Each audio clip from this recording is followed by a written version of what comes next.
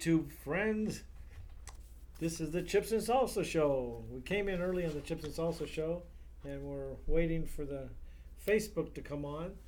We're on Facebook, We're on Facebook too. Ta-da! Da-da-da. Woo. Did you have some music to play? Yeah, welcome to the Chips and Salsa Show, and as is becoming tradition, as we get ready for Trump 2020, we have to play Ruben Obed. Trump, this Latino gonna vote for Trump. Trump, this Latino gonna vote for Trump. Trump, This Latino's gonna vote for Trump. Are you gonna vote for Trump? I'm going to go all the way. let's get it straight. We always like to tell the story.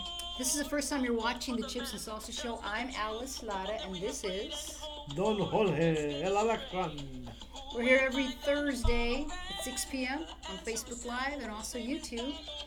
And we are here to bust the myth. Just because you're brown doesn't mean you're a Democrat. You could be a Republican, conservative like us.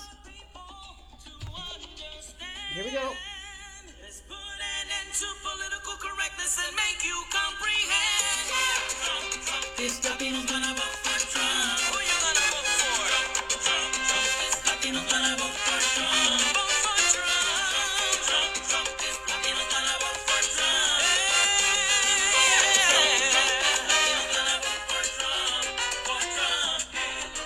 So Ruben Obed, we like to give him a little promo because he's our good friend. He's from Puerto Rico. He actually lives in Puerto Rico. And Ruben wrote this song back in 2016, the first time our president ran, and we love it. We love the song. We can use it now again as we get ready for 2020. It's a song that's going to carry on, and it's going to pick up more in 2020. Yeah, 'Cause we're getting a lot of Latinos coming for Trump, a lot of minorities going to Trump, and this is going to be a heck of an election. and we were watching right before the show. Yep. There's a rally in Dallas tonight. So Dallas, we Texas. forgive you if you've got to say, you know what, I want to watch the rally. Okay, just come back and watch our show later because Trump is on fire there already. And we already saw back there a bunch of Latinos for Trump signs. There was a bunch of them there, huh? Yeah. Man, oh man. Okay, so we're waiting for our guest. He's stuck in traffic. There's a lot of traffic. This is Phoenix. We're broadcast from the Arizona GOP headquarters here in the heart of Phoenix. And so our guest, Josh Barnett, who's running for Congress, is running a little late, so we're going to get our announcements and stuff out of the way.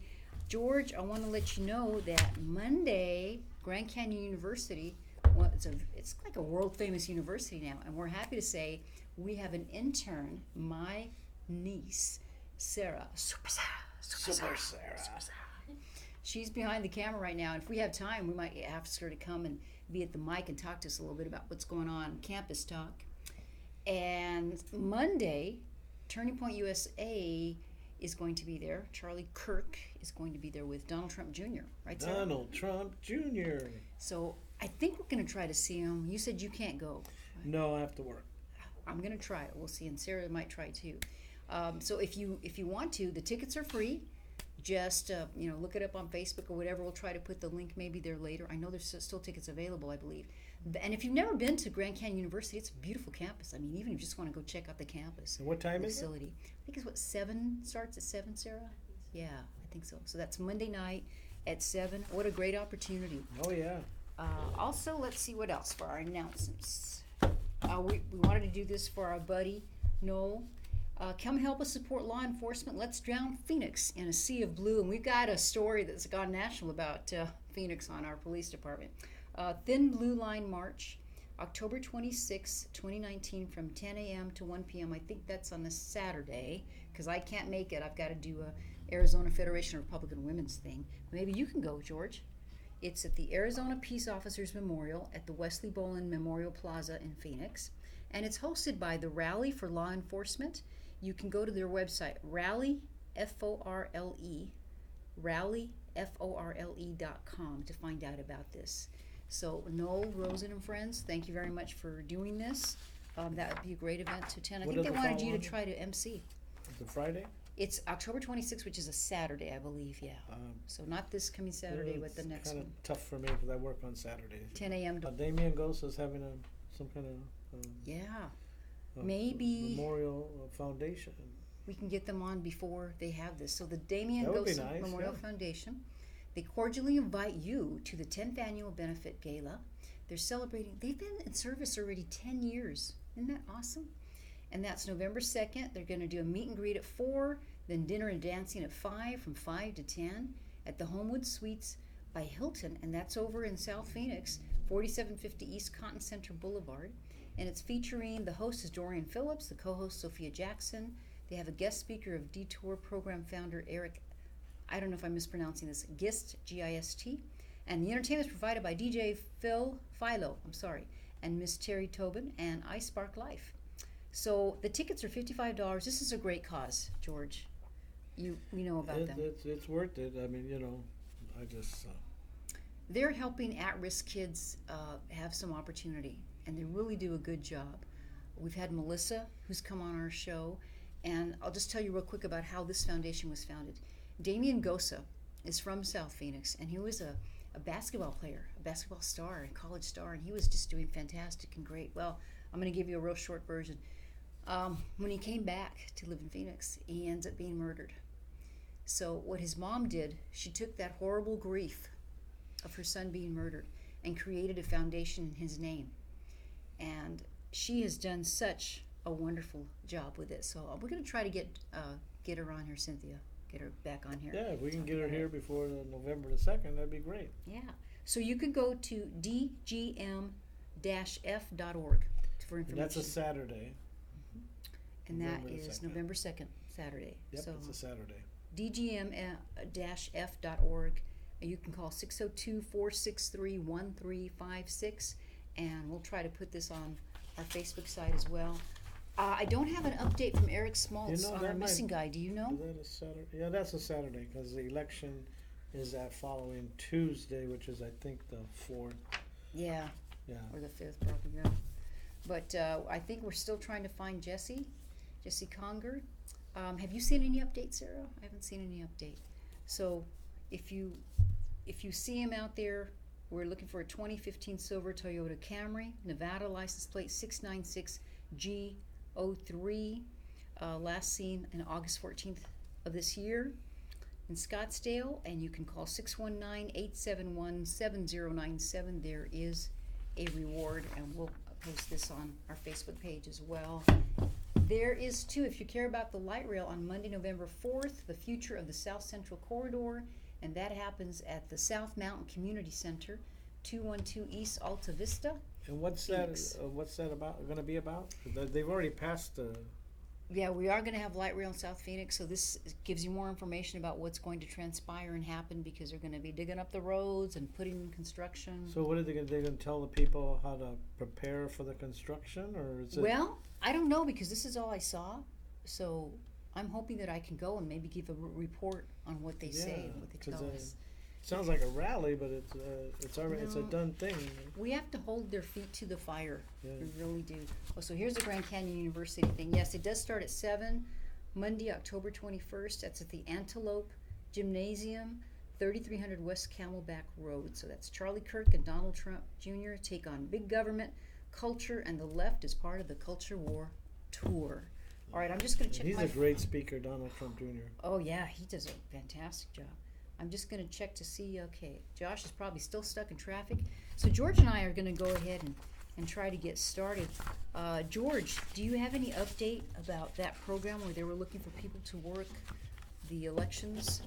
I didn't bring the paperwork with me, but they do need people to work the elections. Just call the county recorder office, and I don't have the paperwork with me. But Do they just contact the recorder's office? the county recorder's office and tell them you're interested in working at the polls. They have several polling places that are going to be open for this November election. That it has to do with bond issues, isn't it? Or I can't even keep up. Yeah, I think those the smaller ones. so you get paid for it. Plus, you're a Republican representing the Republicans, doing something that's good. Educate you on the poll machines and the new e-poll machines that are the laptops, or not the laptops, they're the computer, Like a the kiosk? kiosks.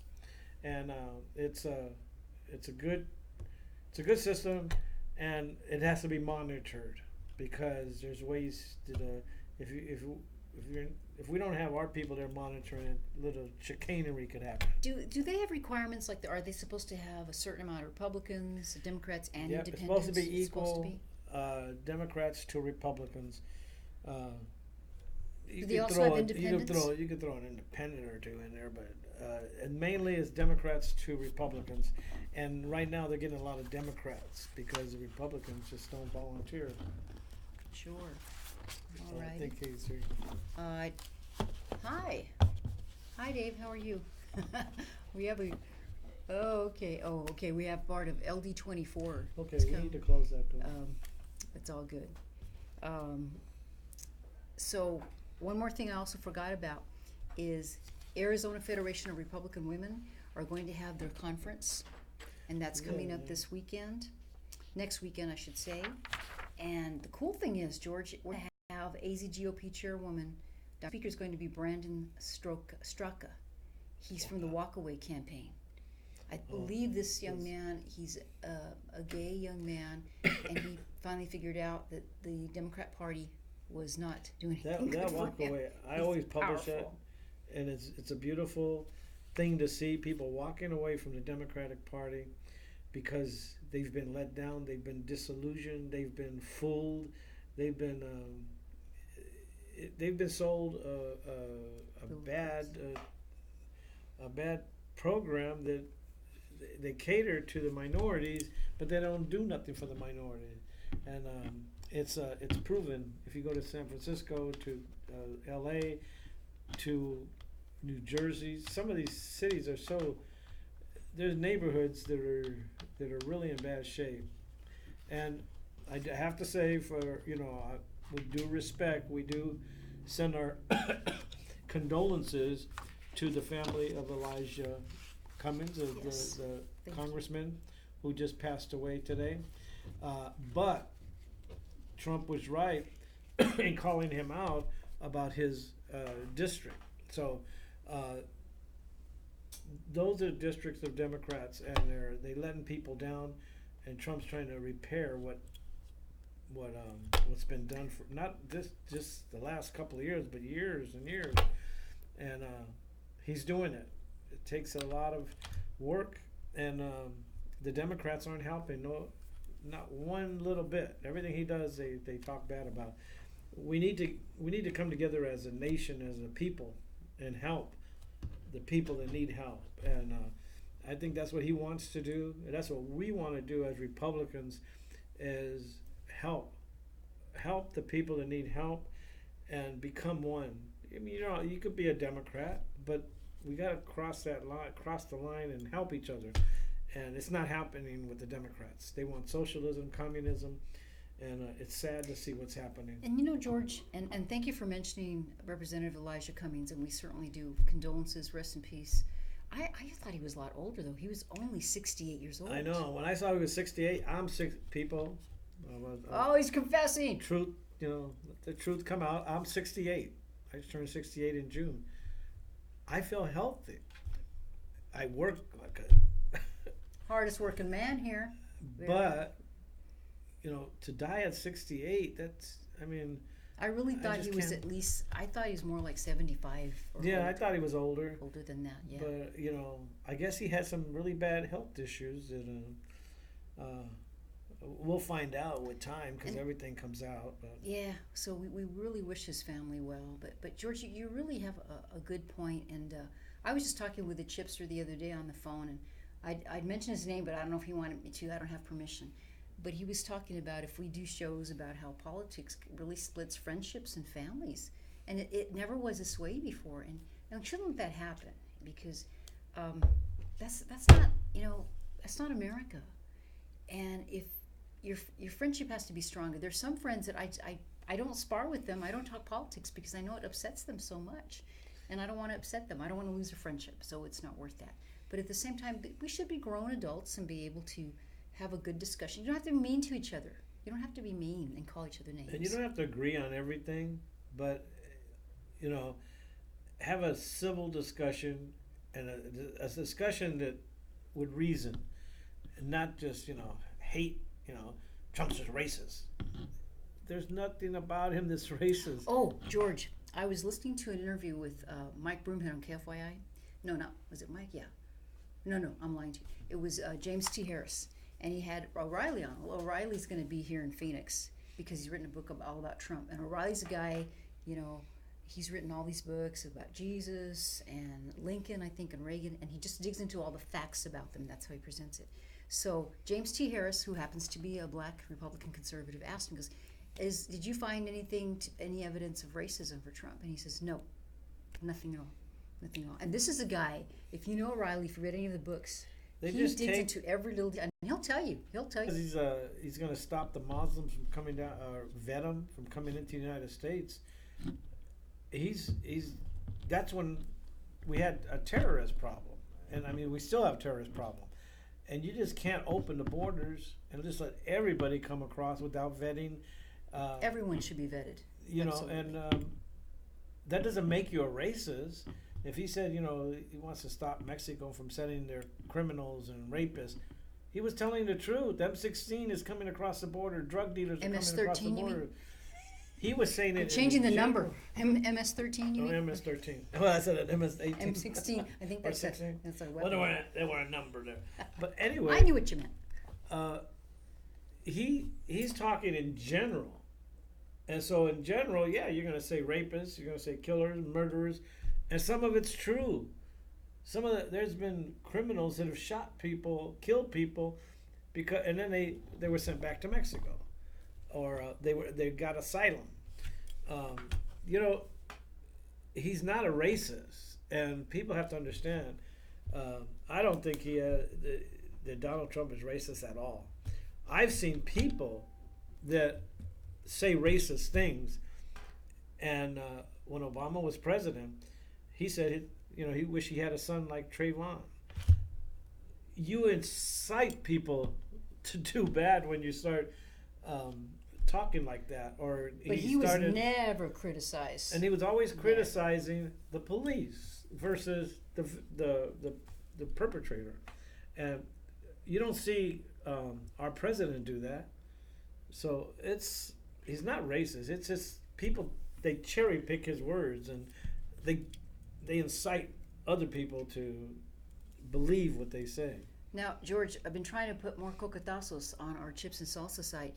And did you see the video? And I can't remember who I got it from. I usually try to give credit where I steal it from.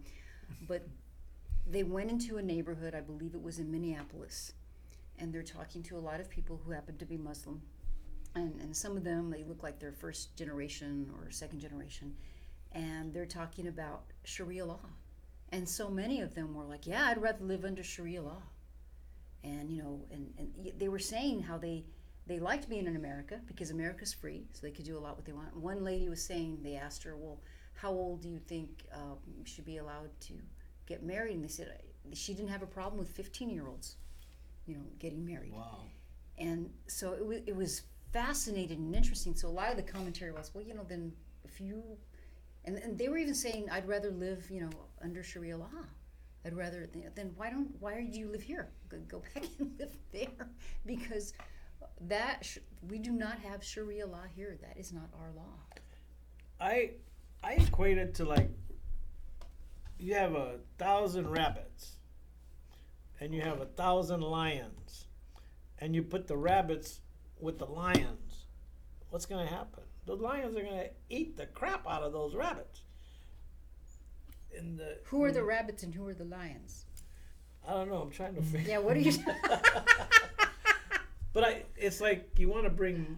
The Muslims want to come here and they want to change our way of life, and you can't do that. I mean, we're not going to go to Sharia.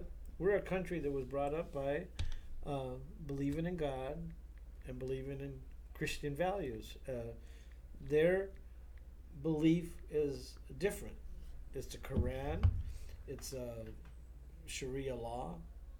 It's two different cultures. It's fine to have your religion, but this is the United States. If you come to the United States, I think you should come and be assimilated as a United States citizen. That's why you come here. You want to be an American. You don't want to be a Muslim first and then an American and try to bring your beliefs to the society that you moved into. I'm Puerto Rican. I was born in Puerto Rico, but I'm American first, and we I fight understand. to defend our country. And we have our guest just arrived, so Josh is going to come around here and make himself comfortable. But yeah, that video, if you get a chance, go and watch it, because you know the great thing about living in America is you do have the freedom to practice your religion, but the religion,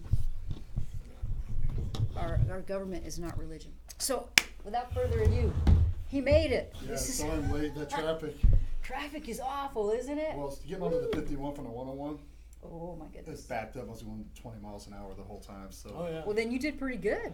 You know, yeah, so I a lot did. I later. actually did okay, but I, it was I, frustrating. I drive that every day, so I know what you Yeah. mean. This is Yeah. So, ladies and gentlemen, want to introduce, back by popular demand, because we've had him on before. Sarah, if we need to squeeze in or something, just let us know on camera. Okay. Great. We have Josh Barnett, who is running for Congressional District 7. That's my district. Yeah, he's our Republican candidate, and he's doing the smart thing by starting early. Yes. And so we wanted to have him back. And thank you very much for battling that awful traffic to get here. Well, thank you for having me. Yeah. It's always You're in the fun. people's house. I forgot to mention, we're in the people's house, and thanks to our chairman of the Republican Party for allowing us to film our show here. And we bring good guests because people love the people's house and love being on a show at the people's house. And it's just the Republican spirit in everybody. that comes in. And you'll be hearing from a lot of the candidates because we gear up for 2020, because we want to help. And Josh is welcome anytime. He can come in and give us an update. So we want to hear about what's going on in your campaign, and we've got some stuff to talk about. So can we talk about maybe the topics real quick? Yeah. Make sure we Yeah. get it? Sure. Okay. Go ahead. So Josh's district, Congressional District 7, encompasses the southern part of Phoenix, okay, South Phoenix, where I live, and that is very heavy Latino and minority populations there. And we had something that I didn't even know about this story. Did you know about the Carlos Garcia story that Yes. happened last month? Yes. Okay, so evidently, and if I'm messing up the story, correct me. So last month, September 10th, our councilman Carlos Garcia, who's a new councilman, he's been there like 5 months in there, and he tends to be left. Okay, I'm just gonna say that. He was stopped by the ASU police downtown. We have a campus, and Arizona State University campus is downtown. So they were running plates, and they stopped him because his plates were suspended. And it turns out the insurance had been canceled. So the insurance suspended the plates, and that's how the police officers stopped him. And when they stopped him, first of all, if you watch the video, and it just went, I saw that it went on Glenn Beck now. So it's Yeah. if you get the Glenn Beck emails, you'll see it. And my boss, Stan Barnes, commented on it as well too. He said, I don't think this is your jurisdiction. And the police officer said, actually, yeah, the whole state is our jurisdiction. And he says, I don't want to, and he also was refusing to sign the violation. He wanted to get them out of there. And he makes a comment like, do you know who I am? Anyway, do I have the gist of it? Yeah, that's pretty much it. Okay. So it's kind of gone national. And you want to give us some thoughts as someone who might be in the political arena and elected official? Well, he when I first watched it, I laughed because because he's always the guy running his mouth negative about the cops and the Phoenix PD. Yeah, I did. I and left everything that else. part So, out. You're right. But so it's kind of karma in a way. But he got pulled over not because he was brown, like he was saying, or because he was Hispanic. It's because you had no insurance. And the officer, I should mention, was Latino. Yeah. It was Officer Armenta. Ironically, right? Yeah. Yeah, which So, I thought, that's great. I'm glad Yeah, it was. you got pulled over because he was in his dad's truck, he said, but it had no insurance. Whether he knew or not, he could have just said, you know what, I'm sorry, it's my father's truck. I didn't realize it was not insured. What can we do from here? But instead he had to pull the race card, and he had to pull the, do you know who I am? Which is, that's what probably brought the most attention than anything. I'd be interested to hear what the rest of the city council has to say about it, in particular Sal. Yeah, you know? has he remarked about So, it at all yet? I haven't heard. I anything yet. haven't seen, but I also haven't looked too much either into it since I initially saw it. But I'm sure it's a pretty good response if there is one. Well, you're right about the karma.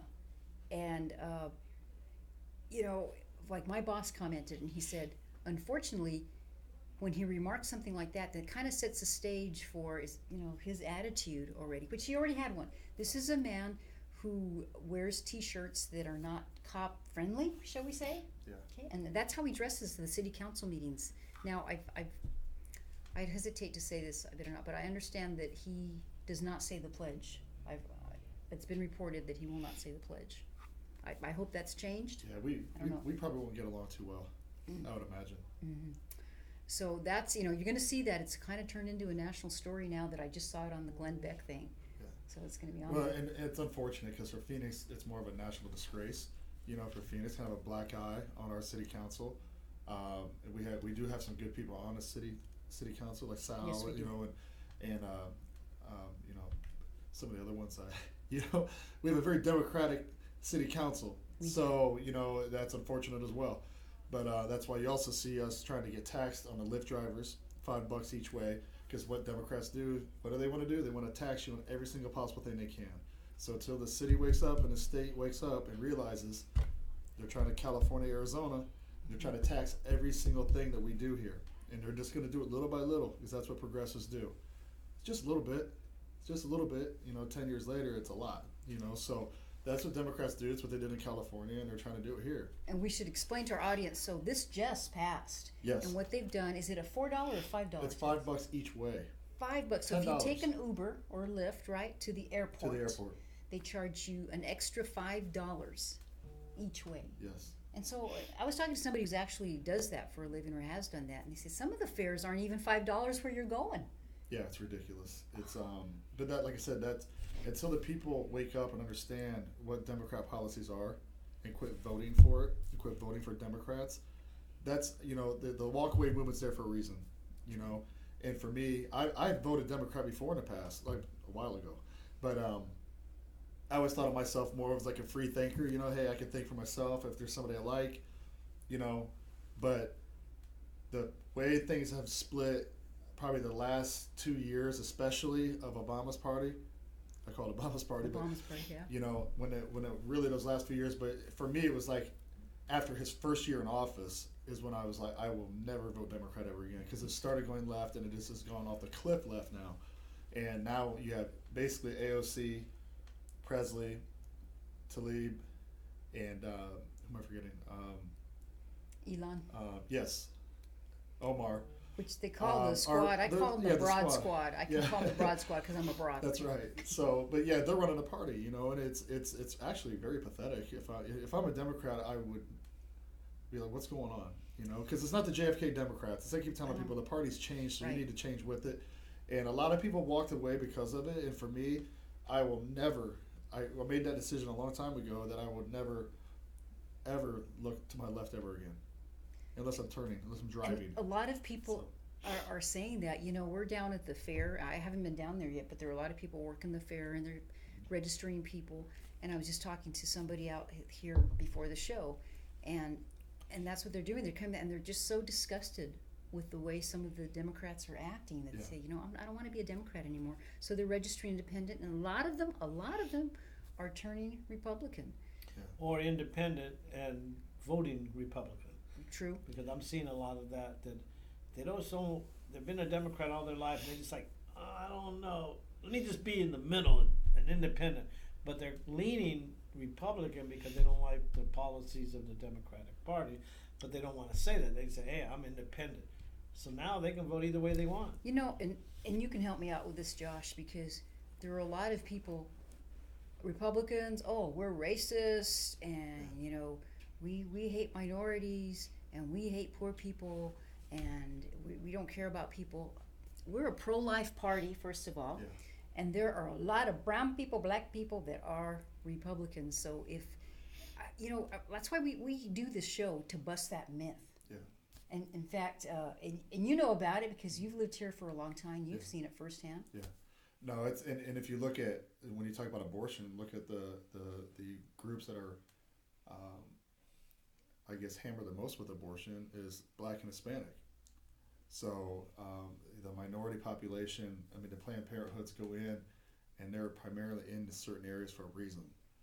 And if you can't look at that and understand what's going on, I don't know what else to tell you. It's very obvious what they're doing, and even from I keep hearing, especially the immigration. Immigration is never, it never was from the beginning had anything to do with race. Illegal immigration had nothing to do with race, and the Democrats try to spin it in their favor, right, and make it the Republicans are racist. Well, it had nothing to do with race. There's over 150 plus countries that have been trying to sneak through our border on the southern border, and they're from Africa, they're from China, they're from everywhere. They're not, from the Middle East. They're not just from Central America or Mexico. You know what I mean? So it has nothing to do with that. It's just a matter of the term illegal. It has nothing to do with where you're from or what color you are or anything. So I just heard on the way here. Mark Levin said that there's an MIT study. There's 22.1 million illegal immigrants. I think personally it's higher. I think it's closer to 30 million. I've always thought about 30. They've been telling us 11 million for 10 years. So just you can do the math. I think it's at least 25. I think it's 25 to 30. But I'll go with MIT. And but at 21, still it's an absurd number to think. Even a million illegal people living illegally would be bad. Even a million would be bad. Think about this. 30? Phoenix has how many people in it? Like 5 million? We're about, I think the county's about 4 or 5. Phoenix is all about 2 million proper Phoenix. Yeah, so you got, let's say in the surrounding area, 5 million. Yeah. Now imagine like 5 Phoenixes of just illegal immigrants in this country. That's a good way to look at it. I mean, that's ridiculous, and then they want to give free everything. They want to give free Medicare for all. Well, you can't have Medicare for all and open borders because then we're basically paying for the world to come here and get free health care. It's unsustainable. It makes no sense financially. I could go on and on about that for an hour straight of the policies of the Democrats right now. Well, and especially financially, we're not even servicing correctly our veterans. Yeah, correct. And even our Medicare system and our older population. So we have to keep our country strong first. And we're immigration, we've always been welcoming legal immigration. If you want to be American and come here and assimilate and be proud to be an American, I want you to be here, man. I want to help you be here. Yeah. What district are you running in? 7. What are the numbers that you're seeing with certain problems in that district that you as a elected representative would bring to the table and try to change and represent your constituents? What would you do different than what your opponent is? Well, one thing I do different is that he doesn't do anything. So it's a good start is just getting one. The poverty level there is one of the highest of any congressional district in the country. Actually, it's been number 1 before at one point. It's always in the top 5, and ironically, those top 5, guess who runs those areas? Yes. Democrats. Yes, imagine that. They also have the last time I checked, CD7 has the 3rd highest number of children living in poverty, and the other top 10, all Democrat-run areas. A lot of them throughout Texas as well. So we're right up in the top 10. And we've always had Democrat leadership. Yes, it's always been there. It's been Grava. He left. Pastor was there for a 2-year deal, and then Gallego came in. No, Pastor was there a long time. Well, when they redistricted, it moves to CD7. True. So Gozar kind of took that. You're right. He moved down there and took it for the one election. You're right.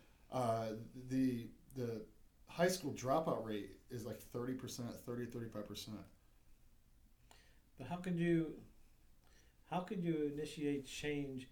I'm looking at Goodyear. The city of Goodyear it is blooming out. I mean, they're building parks and all kinds of stuff. What would you suggest to your constituencies or to bring more jobs into your district and maybe make the district more appealing for the residents. Well, you know, we do have there's a ton of opportunity zones throughout CD7. That's going to be a positive, I think. There's already about 50 investors lined up to go in and do some stuff there. You know, the problem is, again, you got the city of Buckeye or Avondale or whatever. You know, they have a certain type of mayor. Like I was with the mayor of Avondale last Sunday. He's a Republican. Well, they're getting a lot of businesses coming in there. Who's the mayor of Phoenix? Kate Gallego, Ruben's ex. She's a Democrat. So I think there is a lot. You know, if I'm looking at where I want to go, if I have a company, you know, it makes a very difficult decision to be like, okay, do I go here where they're trying to bump taxes and doing everything else and every chance I get, or the city of Avondale or Buckeye or wherever, where they might have more of a Republican city council or mayor that will work more with the businesses. And the good thing is that we have a governor in Ducey who is pro-business and definitely gives incentive for companies to move here, you know, in general for the state. It makes it very difficult when you have a Democrat-run city council and a Democrat mayor. But with that being said, there's a lot of things that can be done, again, with the opportunity zones that are coming through, but also I feel the biggest problem is the dropout rate and the broken homes. And a lot of that has to do with, when I've talked to the people there, the parents are in jail. And they're in jail typically, the vast majority of them in jail for nonviolent drug crimes, which you always hear about. When Trump passed the First Step Act, the Second Chance Act to help, I guess, alleviate that, get them help and everything else. I believe that when the parents are in jail, or even both of them for that matter, the kids, they're running around and there's no one there. The dad's not there. There's no one there to discipline them. There's no one there to keep them on track. There's no one to make sure they're at school, or, you know, and I think that breakdown in family keeps that poverty cycle going, because it not only keeps the parent out of the home and as a parent or as the adult in the home, but also it takes an income away from the household. So now you got a family maybe that's barely making it with money coming in, and then he's in jail. Now the money's gone. So it's a constant cycle of poverty that I've seen, and it has a lot to do with the dropout rate. Kids get involved in drugs, get involved in selling drugs, trying to make money, you know, just to have money, you know, to eat. And the people that I've talked to, and I've seen it quite a bit, not only here but across the country. You know, you see this constant cycle of poverty, and it has a lot to do with the broken home and the broken down families. We have that district, as you know, is changing, especially where I am. We have a lot of new homes, so it's quite a contrast because, as you say, we've got a high poverty level there. We also probably have a pretty good concentration of an illegal population that's there. There are kids in our schools, and we have to keep them there. We have to educate them. Our schools are not the best. I think the latest on that, the Roosevelt School District, the standard that we have for the state, only 25% can read. Past the sixth grade level or something like that. So we have that whole challenge. So it's the dichotomy now is going to be very interesting. So on one side you have, you know, $600,000, $700,000 homes, and then you've got kids that, you know, are having trouble just eating every day.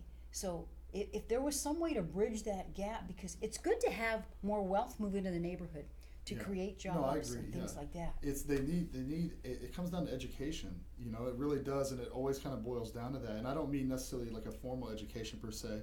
I mean, through high school at least, right? At least. But you know, I mean, get that done properly. But beyond that, I'm not saying go to college necessarily. If there's trade schools, there's other things they can get into that need to be, I guess, let these kids know that they have an opportunity at. And I just don't see the education changing with the kids here. There was a stat, and I'm trying to remember offhand what it was.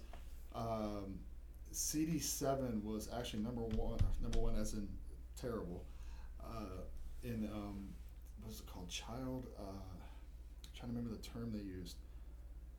Basically, as far as the kids feeling trapped, you know, really? You know, and it was like, I forget the exact term they used, but it's like a lot of the kids in that district felt trapped in this district, and it was and it's a lot of it is, again, it comes from the top down, you know, and I mean that from the family, from the parents and the families.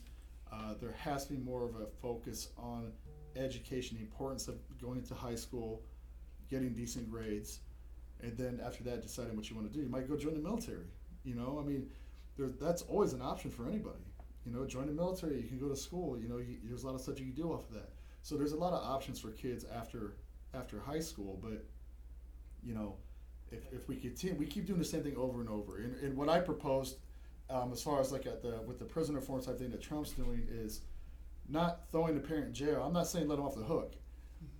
Maybe they do community service instead for the city or state, and allow them to not lose their job, to still be at home, but they have to still, you know, pay their debt off to society for what they've done, and also fine, because they always want money, you know, and you know, I feel there's other ways that we can address the issue and not take the parent from the family and take that income away as well, which just, again, puts them in that poverty cycle, and it's nonstop and it never changes. You know, and one thing too, because a lot of people will, and this is, you know, it's not a super affluent neighborhood, but I drive to work every day, and I drive straight down Central. A lot of people are going to work, and they are working. So I don't want you to get the impression that it's just all poverty. That's not the case. No. We have a high level, but I think what you say is really true. So you started early, which is a really good thing, and we still have some time with you, but since we have this is a good time to tell everybody out there, and I always like to give a commercial for our congressional candidates, because you're out there, maybe you're watching from another state, another place in the country, and you're thinking, well, what do I care about this guy? He's in Arizona, he's running Arizona. Because Josh wins and gets up there, he still represents you. The whole Congress represents you. And just because you live in California or something, you can still count on him, because he'll be voting. He will count as a vote. So would you please give your information, how people get in touch with, and you can send them a few bucks if you want to help them. That's perfectly fine. You're right. I get that a lot, because a lot of people don't understand, like, are you running for U.S. Congress? Is that the state? You know, they're not sure what it really means, you know. You have the Arizona State Senate and the House of Representatives, and then you have U.S. Congress, which is the House of Representatives, but and then the Senate, of course. But you have, like she said, with it being a federal position, the stuff that I would be voting on would affect everybody, not just my district per se. You know, so people have to keep that in mind. You know, like if you want somebody who's an America First type person like I am, if you want somebody who's conservative like I am, pro-life, then, you know, that's the direction that I'm going to vote, you know, and a lot of people kind of get that confused, you know, but you can find me at Barnett for AZ on Twitter and on Instagram. The website is barnettforaz.com. Is that a F-O-R or F-O-R. F-O-R. And I have all the positions and everything listed on there, on the website as well. I'm very active. I try to be as active as I can on social media. Facebook is Josh Barnett for Congress on Facebook, and but I got on Twitter like not too long ago, but it's been picking up a lot. So. And I'll tell you what, just from being out there in political land like George and I are, he goes everywhere. And so I'll hear about an event and I'll tell Josh about it, and he really makes a big effort. And this is, you know, you have a business. You kind of are taking a break from business. How are you working all this? Well, Bella helps me a lot, you know, at the gym. My son tonight was funny because he was like, "Dad, are you leaving again?" You know, like that. And I said, "Yeah, I'm sorry. You know, I gotta go." You should have brought him with you. Well, I told him, "You come with me if you want." And he's like, "It's Congress. It'll be kind of boring for me." He calls it the Congress thing. He could have come hung out with Sarah. He would have had fun. He likes just hanging out, you know. But then I had to buy him Dairy Queen. So that's the trade-off.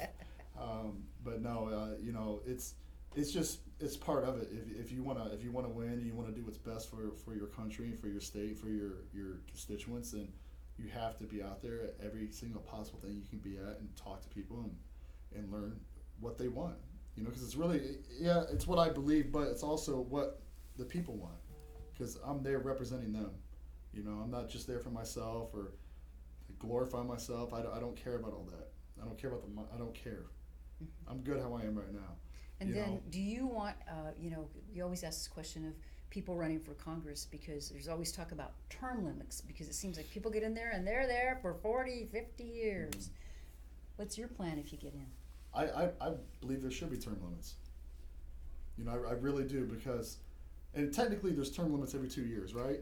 You know, you can vote these Right. people out. The problem is these people get backed by the party, and then you get your rhinos, and you get your terrible Democrats, and they get backed by a lot of money, and that And we usually, vote them back in. well, and it pushes them through, because a lot of people, all you hear is that person's name the whole time, and you know how voters are. You know, they don't, a lot of them don't pay attention like we do, and a lot of it's just name recognition for some of these people. You know, although I do think this election is going to be unique and different from most. I think we're going to have an amazing turnout. I think a lot of the independents, there's a ton of them in CD7, actually more than Democrats, and Are there more independents than Democrats? I did not know that. and there's a lot of Republicans that are in the district that just aren't registered because no one's even done anything. You know, like it's been abandoned. In 2018, a Republican didn't even run against him. And that's what happens because you're so outnumbered. I think we were like 3 or 4 to 1. And they think, well, you know, why do we even try? And that's a horrible attitude, because we still. Yeah, that's my way of thinking is nothing like that. That makes me want to go do it. You know, Good. that's one reason why I is running in that district, because you know, no one. First of all, no one should go unchallenged. Period. I don't. And honestly, even if it's a Republican, no one should go unchallenged, and may the best man win. You know, and I just feel that if people sit down and look at Ruben Gallego, Don't, it's best man or woman, okay? Yeah, or Don't woman, freak yeah, out. yeah. Don't freak out. yeah, you know, in my case, is the best man because Ruben's a man. I Because they're think, both men. right? Yeah. Oh. You know, but Ruben, if you look at what he believes in, what he's voted for, and look at what I believe in, first they're night and day, and I can't imagine any sane, rational person would sit there and look at what he's done, and how he's voted and what he stands for, and be like, you know what, that sounds great. I'm gonna go with that guy. You know, he votes for late-term abortion and infanticide. He wants open borders. He not only wants open borders, but he votes. He's a vet, right? So he runs on, I'm a vet. My friends are vets, and they dislike him. And the reason why is because he's voted to take gun rights away from vets. If you had, there's a bill that was going through that any form of PTSD at all, any form of PTSD, you get your gun rights taken away. And I'm talking anything. And he voted for it.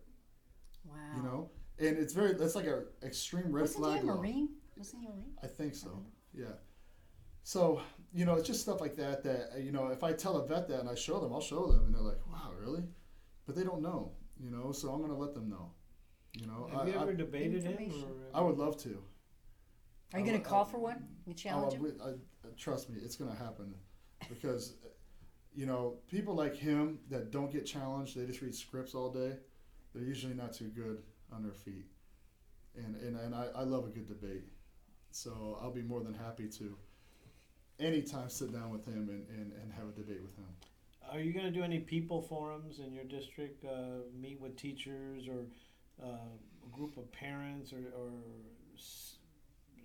you know, have a forum where you have the community attend it and you know, they can ask you questions and you can tell them what your thoughts of the future are. We're going to be doing a lot of that because I hate going out and giving. Not that I hate, but when I go to hear a politician, I want to hear them talk. I want people to interact and ask them questions. You know, and these politicians that are afraid to do that because they're either lying about their position, or you know, or they just don't want to say it because I don't want to have it on record. You know, well, if you believe what you believe, you shouldn't have a problem answering a question and putting it on record. You know, and I always despise that about politicians that kind of beat around the bush and don't answer it. You know, Never answer the question. and it's very that annoys me. It always has. But you know, I have a lot of town halls. We do a lot of stuff. We actually have a voter fraud summit we're setting up. That will be on. What day is that? Hold on one second. Voter fraud summit. Well, that's a big problem. It's a big problem here in Arizona. Yes. Huge problem here. And I think it's November 14th. And I believe it's going to be at 7 p.m. And we're going to have the location announced by this weekend. Okay, keep us posted, and Okay. we'll make sure to announce it and put it up on our site. We've also, I've been with Senator Farnsworth on child trafficking. When I learned more about it from a friend, I started attending these meetings with Senator Farnsworth and their group. It's very, very disturbing what I've been hearing. It's awful. The stuff that's going on, it needs to stop, you know. And we're actually setting a protest up in Denver on a specific case. We were asked to by a journalist to set this up. As you guys know, Stephen Shelby, they were contacted, and we said yes, we'll do it. So Good. we will be in Denver on November 16th, 2 days later after the town hall. I told you he was everywhere. So November 16th, we'll be in Denver. We'll be protesting the medical kidnapping, and not only that, but it all ties into CPS and a lot of the corrupt stuff that's going on. Wow. And it's He's not even in office yet. well. Tell you what, whether I win or lose, something's going to change, and it's going to, no matter what it's going to be with this corruption I've been seeing here. And I'm just like, I feel that's why I love Trump, because he absolutely despises corruption, and I'm the same way. I cannot stand corruption, and if there's something I can do to bring awareness to it, and Trump's very aware now of CPS and what they're doing. He's very aware of it. There's been affidavits sent out to every congressman and senator about 3-4 weeks ago. There was a guy I know that spoke in front of Congress about this, and ever since that happened, look what happened here. Paul Peterson got arrested, didn't he? That's right. He's been trafficking kids for a long time, also from the Marshall Islands into Utah as well. I've been caught up to speed on that whole situation. I've known about it for 4 months before it even came out, just because we were digging into stuff.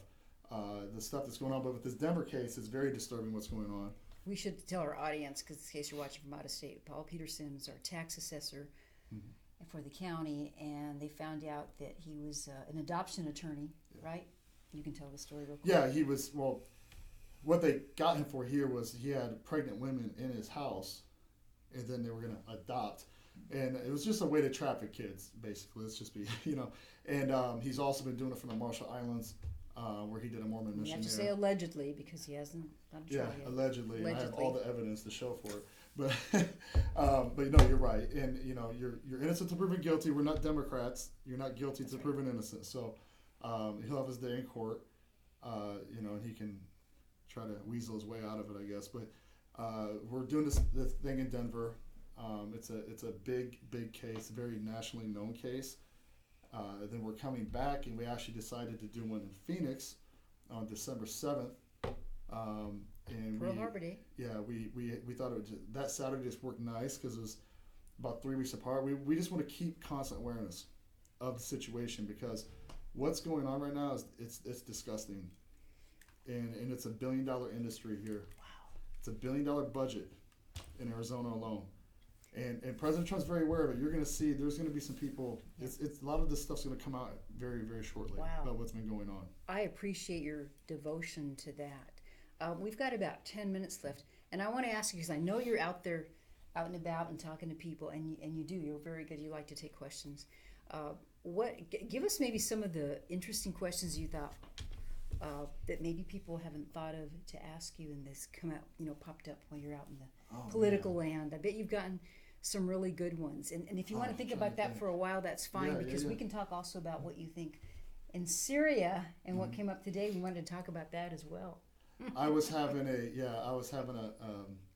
satisfying moment today with some of my liberal friends on Facebook, because I believed pulling out of Syria was the right thing to do, and I don't believe in endless wars. I'm not a warmonger, but I believe there's a time and a place we have to go handle things. There's no doubt that's true. But I really like how Trump's handling foreign policy since he's been in office, as far as, hey, we'll strike you if we have to, like we did with the 50 Tomahawks, in Syria, but I don't believe in keeping our people there. Our soldiers dying for what? They've been there a long time. One of our soldiers died 10 years now. It's supposed to be there for 30 days or a couple months. Turned into 10 years. We're going to stay there forever. We had 27 guys or 28. We pulled 28 guys out. That attack was going to happen no matter what. And I'm just glad that our people are out of there, and none of our people are dying anymore. We're fighting other people's wars for them, and I don't believe in that. I don't mind assisting other countries, and assisting the good people, but those people have been fighting each other for hundreds of years, and it's never going to change. True. The Middle East, it's never going to change it. We're not going to change it. regime change doesn't work. We've done it numerous times and it doesn't work. And we need to just, Trump thinks more like me, why are we keep running into the wall? Do something different. There's no need to do that. And like I said, there's a time and a place that we can oversee and keep ISIS, at bay. And that's what his plan was, is to have we'll still have people over there. They're just not going to be in harm's way, and we're going to keep things at bay. We'll keep working with people, but they're going to fight their own fights now. And we can assist them with weapons or whatever, whatever they need. But I don't want to see another American dying over there fighting somebody else's war. That's just my And then opinion. they tie their hands and say you can't shoot unless you get permission to shoot. Uh-huh. That's not a war. That's like, I don't know. Yeah, no, you're right. The rules of engagement make it even more difficult, as well. So I was glad to see the move, and then it worked out good. A few days later, and there's a few bad things happen, in between, but now they have a ceasefire for 5 days. That gives them time to set up maybe a longer term type of agreement. I don't trust Turkey at all. I'm not saying trust. I don't trust them, but I like the fact that we pulled our people out. None of our people got killed, and we've spent billions and billions and billions and billions of dollars over there just in that for our 28 people. And that's money that the United States can use. That's money that our vets can use here. True. And I just don't want to see another vet come back with a leg missing or dead, fighting somebody else's war. I'm just that's how I've always thought. There's a time and a place. If there's whole villages getting just annihilated. We'd step in and maybe help out. But we're part of NATO, right? So is Turkey. We're going to fight a NATO country, but also where are the other countries at? We're halfway around the world. Where are the European countries? Why don't they go handle that? And he did a good job too. I think I heard him saying he tells you, Germany's supposed to pay 4%. I may have this wrong, but they're only paying 1%. He is such an educator, and it's very refreshing to have a president that I think that most of our veterans now and our troops actually respect. Well, he's 100% behind them, more than that even, and he's right. He made them pay another $100 billion. He made them pay up. Yeah, because he's like, hey, we're pulling out. If you don't pay up, we're going to pull out. We're done. Kind of like the Paris Accord.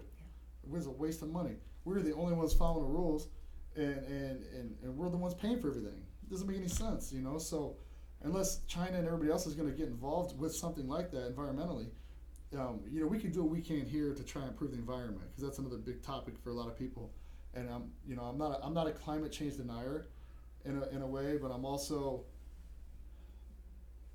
the reason why climate change happens. I have a little different outlook than some I others. think climate change has always happened. It's always happening. It's always happening. That's nature. Well, it has to do with a lot of I actually sat through a 2.5-hour seminar on a guy had about the electromagnetic. Oh. That's the actual cause of what's going on right now. The poles are moving, they're shifting. The magnetism is not as strong. That's a whole show we could do. Yeah, about that. This guy, he really opened my eyes to a lot of stuff, looking at it from a different point of view than the traditional CO2, just CO2. But we can work on carbon trapping technology, methane trapping technology, doing all that kind of stuff. Maybe eventually finding alternatives to fossil fuels. It's got to be equal. We can't be doing more than everybody else and putting more than everybody else, and everybody's like 1% and we're at 10% of our that we're putting into this, and that's what it was. Yeah. We were just China was just it was lip We service. were the only ones following the rules. India and China. And it's not to say that we don't maybe lead the way and try to with the carbon trapping and stuff like that, and that kind of technology. I think that's how we can beat it, is with technology and planting more trees. There's actually a study that came out I posted the other day from my friend, my liberal friend, who's always arguing with me about everything, but especially on the climate. And there was a study that came out that said the best way to combat CO2 is to plant more trees. And these scientists were like, they actually do more doing that than you would do with anything else. But also nuclear energy is clean, it's cheap. France, vast majority of energy in France is nuclear. That's something else that can be done as well. So, but I think technology can help us push past the CO2 thing. But you know, it's I also think it's a money grab and a power grab, and they're trying to do this carbon free or the gas taxes everywhere, mostly Democrat run areas, and now that it's a gas tax. Well, they're just doing it. What they're not doing anything to help the environment. They're just trying to tax the American people again, and it's doing absolutely nothing. Just exploit it with the cause. I'm glad you mentioned the planting trees because, you know, Arbor Day. When's the last time you heard Arbor Day? That was a whole day set aside, and that's what you're supposed to do. Everybody's supposed to plant trees and do that. That's very simple and very natural. Yeah, Why I can't we? posted it on my Facebook, and I'm trying to remember who it was. It was a legitimate study. You know, it was like a university study, but they had a group of scientists that came in, or climatologists, that said that if the world would plant more trees, that would be the best way to combat That's CO2. just too darn simple. We Yeah. can't do that. Well, they would rather tax your gas. They and can't make everything any else, money you know? off of that. Yeah, of Maybe they could course. sell the trees. Yeah, Make they'll- some tax tax the trees. planting the trees. Tax They'll it. come up with that Yes, next. that's there. right. Okay, we just have a few minutes left, Josh. It's always great to talk to you and hope that you come back anytime that you want to. Are you going to be anywhere locally soon that you can tell people to go find you? Let's see, what am I doing? Actually, I'll be at Tatiana's Tomorrow tomorrow, night? right? Yeah. We'll be there tomorrow for her kickoff, or campaign kickoff. Thank you for reminding me. LD27 has a wonderful state house Mm-hmm. candidate, Tatiana Peña, and we're going to go to her kickoff tomorrow. I don't know if George is going to make I it. think she has a good chance. Yeah, I think she's a great She's candidate. gonna win. She's gonna win. She's gonna do really well.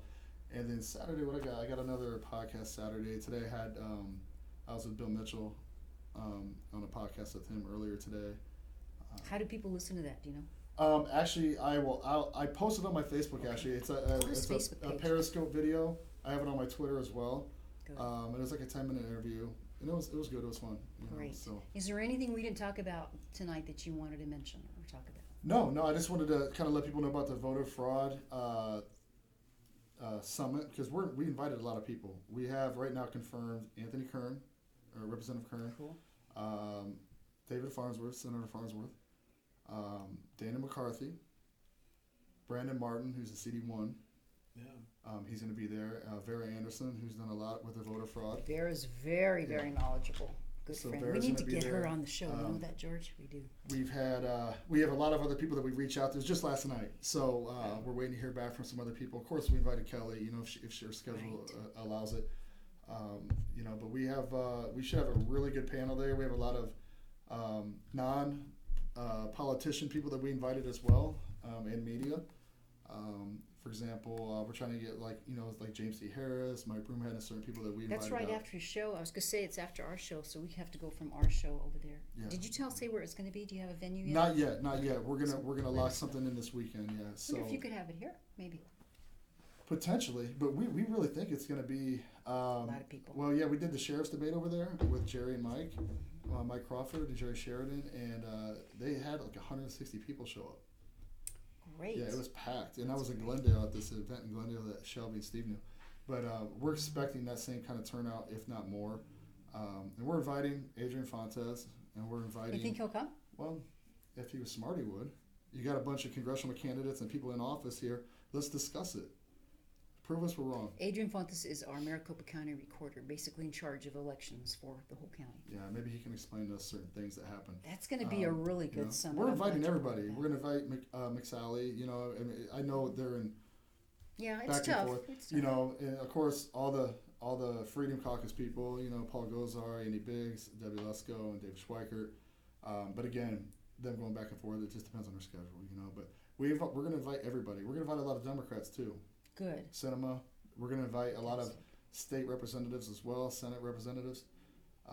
Because this is a bipartisan issue. It's not just a Republican really thing. is. If you want a True. fair election, you should be at this voter fraud deal because Independents come too. So it's not going to Independents. be political. They're going to not going to bring politics. It's just how do you solve this problem? And ask Adrian Fontes what his game plan is come the November election, and then come next year for the elections. I know there's going to be some changes with the machines. Yes, I saw the machines, the new ones. I went and saw those. They're cool, but there's still what Fontes is going to tell you. I already know what he's going to say. He's going to tell you what you want to hear, but what he's telling us now and what he's gonna tell us and what actually happened in 2018 are two separate things. Or, you know. So what we So- should do is you should come back after this is done and then give us a report and see what happens. Yeah. Well, yeah. we gotta finish off the show. So once again, I just want to remind you, this is Josh Barnett. He's running for congressional district. That's U.S. Congress, number 7 here in the state of Arizona, my congressional district. If you can support him, go to his Facebook page. His website is Barnett for Arizona. That's Barnett, BarnettForaz.com. Support him if you want to. Even if you live out of state, you can send him a few bucks. That's okay. It's perfectly legal. And Ready, we clean just I election? just got new T-shirts made. That what we decided to do is anybody who donates $50 or more, we're gonna send you a T-shirt. So we decided they're the nice ones, not that cheap like the nice tri-blend ones. You know that or Nice. some that you actually feel like wearing if you Are want to you- go to the store or something. Are you running clean elections or just No, the clean is not. This is traditional? U.S. Congress. Yeah. The only clean elections are the state. Oh, State okay. candidates. Great. All right. Well, I think that's it. Anything else, sir? No, that's it. That's Thank it. you so much for joining us Thanks this for evening. having me. We Yes, appreciate thanks it. for Come having me. anytime. Thank It's great. I want to thank Super Sarah behind the camera for helping us out tonight. our Super intern. Sarah. Any announcements before we go? We just got a minute. Like I always tell you, come this weekend or any day, don't drink and drive, don't text and drive, don't leave pets or children unattended in the vehicles, because it was pretty Still warm hot. today. Yeah. Watch your kids around water, around pools. You as a responsible parent are responsible to make sure that somebody's out there watching those kids, or have fenced areas to where kids can't get in when you turn around, and you have to have safety measures in your yard. We have a safety door, and then we have a safety fence. But we still, if kids are around the pool, we have an adult around the pool. So you have to be responsible. So watch your kids around the water, and don't text and drive. I see everybody still texting and driving. No. And don't drink and drive, of course. And watch those roads and quit going the opposite direction. Those don't wrong-way smoke and drivers drive. is Yeah, don't crazy. smoke Don't and drive. smoke and drive because that happens a lot with marijuana. You know what I mean? Yeah. And people smoke and And it don't just, toke and drive. well, yeah. they don't think that they're drinking, so they don't really think that way, you know. But that really is it's an impairment that can cause an accident, you know. So Yeah, because it's like you're under the influence Mhm. of a drug. yeah, And marijuana is Right. a drug. And it'll slow your reflexes down. Let somebody else drive. You don't have to drive. Take a Uber. Or just Sorry don't- if you have to just pay don't $5 smoke. in the How's airport. that? Just You don't know? do it. don't That's smoke. even better. That's even better. But Yeah. thank you, Chipsters, for tuning in. We'll be back next week. We've got a really good show. I think we're going to have Jesse Romero's going to drop by, he's a great guest. and Darren Jesse's Birch, who's great. a veteran police officer. So we'll have a lot of good stuff to say too. I'm Alice Lara with. Don Jorge El Alacran. Thank you, Josh Barnett, Thank you. and we'll see you guys next Thursday at 6 p.m. Thank you, Super Sarah. Walk on.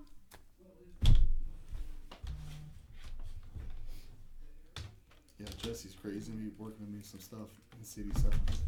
Awesome. Yeah. He was going to come tonight, but then he had to end up doing an interview about his book, and I meant to bring Okay. his book to promote it. You know what? I had one. I didn't know I would have brought. I forgot to. You know, I really liked him. We talked for after his little thing over there. We talked for like a good 40 minutes or something afterwards. Good. Yeah, we're gonna set up a really cool event. He can speak Spanish. You know what I mean? And Oh, he yeah.